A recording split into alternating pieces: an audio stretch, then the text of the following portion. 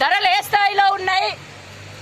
ఒక మనిషి బతకాలంటే బతకడమే కాదు, ఈ రోజు పనిచేసిన కార్మికుడు మళ్ళీ రేపు పని చేయాలంటే శక్తి ఉండాలి. ఆ శక్తి గిన్నె నిండా ఇంత అన్నం తింటే రాదు.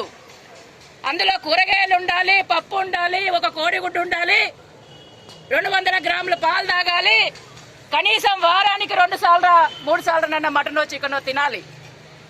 ఈ విధంగా తింటేనే నీకు శక్తి వస్తుంది. అట్లాగే బట్టలు కట్టుకోవడానికి 72 గజాల బట్టలు ఇవ్వాలి ప్రభుత్వం.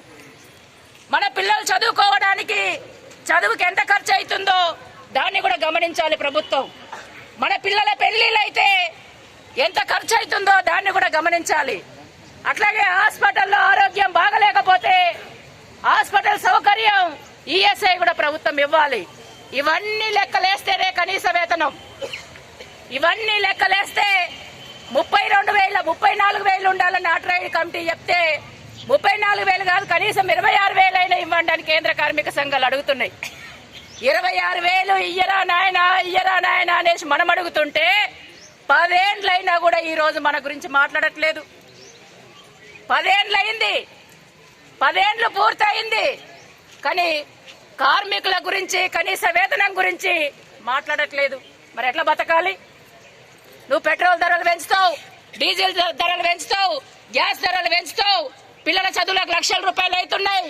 హాస్పిటల్కి పోతే ఉన్న బంగారంతో పాటు ఉన్న భూమిని కూడా అమ్ముకొని ఈరోజు హాస్పిటల్లో మనం చూయించుకుంటున్నాం. పిల్లల పెళ్లిళ్ళు, చదువులు అన్నిటికీ వచ్చే జీతం సరిపోక అప్పులు చేసి మనకొచ్చే జీతం అసలు అప్పు చేసిన వడ్డీలకే కట్టే పరిస్థితికి, దుస్థితికి ఈరోజు కార్మిక వర్గం నెట్టబడుతుంది. మరి ఏం ఆలోచిస్తున్నావు నువ్వు అనేసి ఈరోజు మనం అడుగుతున్నాం. అందుకని ఈ రంగం ఆ రంగం అనే తేడా లేదు, ప్రతి ఒక్కరిని కూడా పర్మనెంట్ చెయ్యాలి. కనీస వేతనం 26,000 నువ్వు నిర్ణయం చెయ్యాలి. ఉద్యోగ భద్రత కల్పించాలనేసి సమ్మె సందర్భంగా మనం డిమాండ్ చేస్తున్నాం.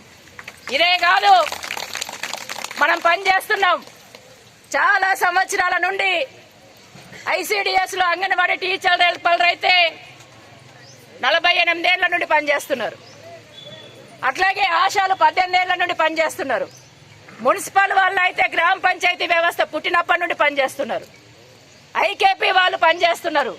ట్రాన్స్పోర్ట్ వాళ్ళు ఎంత దయనీయమైన పరిస్థితి అంటే చాలా చదువుకున్న వాళ్ళు ప్రభుత్వ ఉద్యోగాలు కల్పించక సొంత ఉపాధితోటి ఏదో ఒకటి చేసుకొని ప్రశాంతంగా పనిచేసే రోజు కల్పించాలి. దానికోసం ఉద్యోగ భద్రత కల్పించాలంటున్నాం.